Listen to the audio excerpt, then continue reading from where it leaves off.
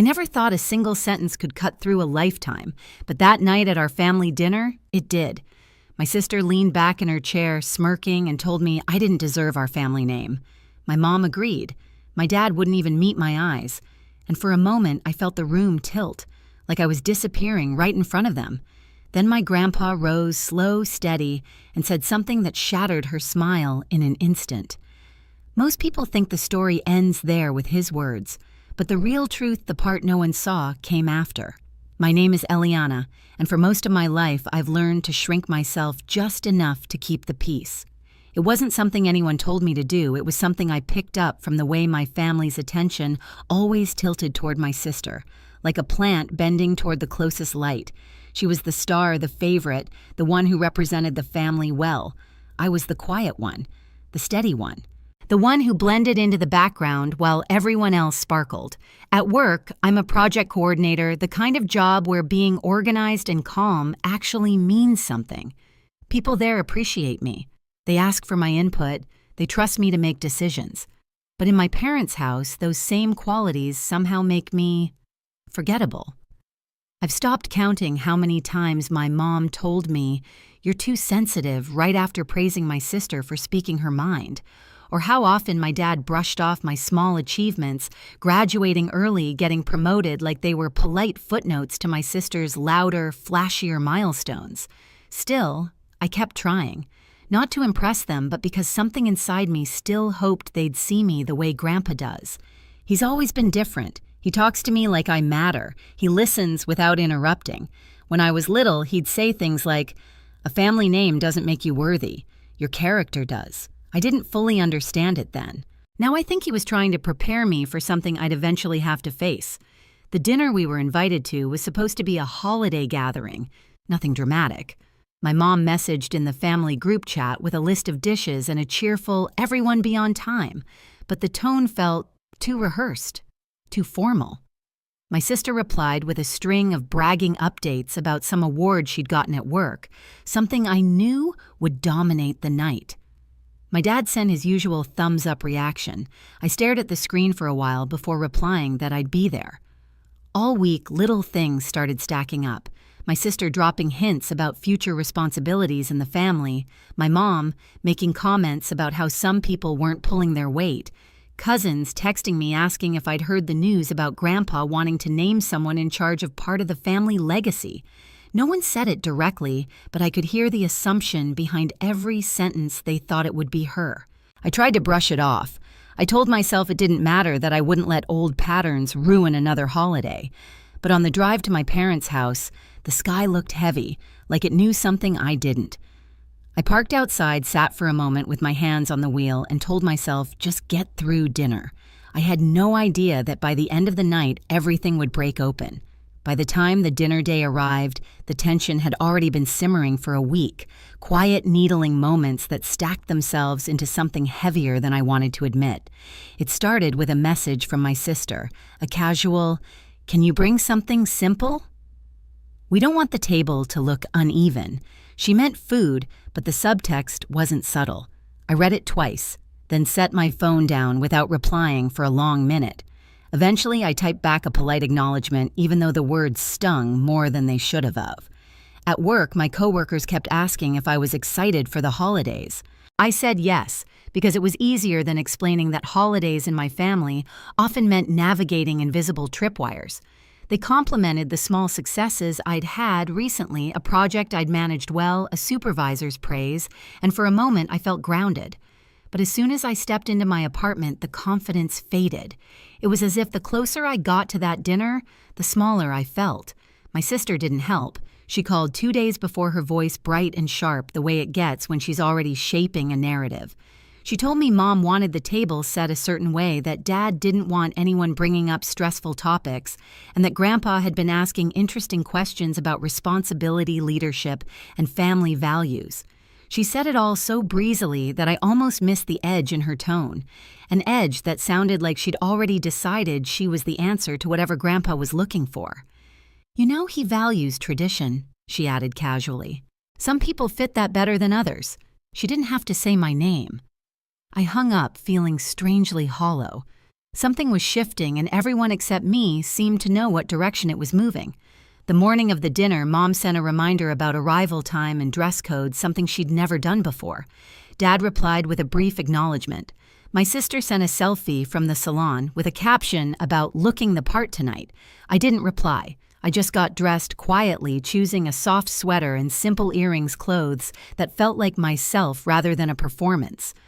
When I arrived at my parents' house, the driveway was already full. Through the windows, I could see silhouettes, moving relatives, greeting each other, laughter, rising glasses, clinking. It should have felt warm. Instead, I felt the weight of old memories pressing against my ribs. Inside, the small interactions began immediately. My aunt hugged me and said I looked sweet. My sister swept in behind me, kissed her on the cheek, and was called beautiful.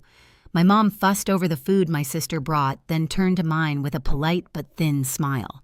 Dad walked past me on his way to the living room, giving me a quick pat on the shoulder without stopping. By the time we all sat at the table, the air felt tight. My sister started talking about her latest accomplishment, leaning back in her chair, basking in the attention. Every time I opened my mouth to contribute something small, she cut me off smoothly, confidently, as if she was doing everyone a favor. It was subtle at first, then it wasn't. Somewhere between the clinking glasses and the second round of toasts, a feeling settled into my chest, heavy, certain impossible to ignore. Something was coming, and I wouldn't be able to stop it. The moment I sat down at the table, I felt it, the shift.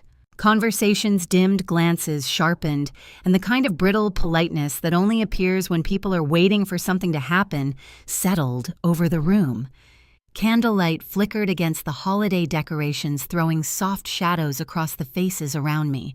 It all looked warm, almost picturesque, but underneath it was the hum of tension I'd grown up recognizing. Dinner began innocently enough. My cousins chatted about work and travel, my uncles debated football, my aunts passed dishes back and forth, but every time I tried to join in, my sister slid her voice right over mine. She didn't even try to hide it. She'd tilt her head, smile sweetly, and speak louder, effortlessly, redirecting attention back to herself. At first, I told myself I was imagining it. I tried again, asked a question, added a small comment. She cut in so smoothly, even I almost believed she hadn't meant to. But her eyes flicked to mine with that familiar spark, the one that said she knew exactly what she was doing. Mom was no help. She was glowing, practically bursting with pride over my sister's latest achievement. She's always been such a natural leader, she announced to the table, lifting her glass. Some people are just born to carry the family forward. Her gaze slid past me like I wasn't even sitting there. Dad didn't say much. He just kept adjusting his silverware, taking sips of water, pretending not to notice the growing imbalance, pretending he didn't hear the way my sister dismissed me with every opportunity. His silence felt louder than any words. As the meal went on, the energy shifted from subtle to sharp. My sister relaxed further in her chair, elbow resting on the back one ankle, crossed over the other. She was glowing with self-satisfaction, almost impatient, as if she was waiting for her moment to strike. She kept bringing up conversations about legacy responsibility, representing the family well. Each mention landed like a breadcrumb leading towards something I didn't want to follow. Grandpa sat quietly near the end of the table, listening, more than speaking, observing each interaction with eyes that missed nothing. He wasn't smiling. He wasn't adding small comments. He was studying, and I could feel it. My sister could too. It made her louder, brighter, more insistent, desperate to be seen. Then came the moment that signaled the start of the unraveling. My aunt asked me about work, genuinely curious. For once, the table actually went quiet enough for me to answer. I spoke 2 sentences, maybe 3, before my sister let out a sudden laugh, leaned back, and swept the attention away with a dramatic retelling of some minor success she'd had the week before. It was so blatant the entire table paused. My aunt blinked. My uncle frowned. Cousins exchanged glances. My sister didn't notice, or maybe she didn't care. She was already in full performance mode, spinning a story, commanding the room. And something inside me loosened. Not snapped, not shattered, just loosened. Like a rope that had been pulled too tight for too long, finally giving way. I wasn't angry, not yet. I wasn't even hurt. I was just tired. Bone deep tired. So I chose silence. Not the shrinking kind, not the defeated kind, just a quiet, steady silence that let me see everything clearly. Every smirk, every nod, every time someone looked away instead of speaking up. Then, as dessert plates were being cleared and new drinks being poured, I saw the shift in my sister's posture. She straightened, then leaned back intentionally, eyes glittering. A signal, a setup. She'd found her moment, and the room braced for it, even if they didn't know why. The warmth in the dining room felt wrong, thick, heavy, like it was clinging to my skin. Candlelight flickered across the long table, catching on silverware and the glossy glaze of holiday dishes. Laughter still floated somewhere near the far end, but it felt distant from where I sat. Everything around me had that eerie stillness, right before a storm breaks. My sister dropped her fork with a soft clink, stretching her arms in a slow, deliberate motion. She leaned back in her chair with the confidence of someone who believed the moment belonged to her. Her smile was wide, bright, and painfully rehearsed, the kind she used when she wanted attention to linger on her. Then she looked at me. Her gaze was sharp, beneath the performance slicing through the space between us. I didn't flinch. I didn't look away. I just waited steady, unwilling to shrink into the shadow she always expected me to occupy. She tapped her heel lightly against the hardwood floor. You know, she began loudly enough to silence the chatter nearby. Not everyone sitting here deserves our family name. The room quieted instantly. Forks paused. Glasses froze midair. Her smile sharpened. Some people, she continued, just exist in this family without contributing anything meaningful. They hide behind being quiet, hoping that makes them special. Her eyes glinted. Really, it just makes them forgettable. A hum filled my ears, not sound but pressure, the kind that wraps around your ribs and squeezes. Mom nodded quickly, firmly, as if she had been waiting for someone to say it aloud. She didn't look at me. She didn't need to. Her nod was enough.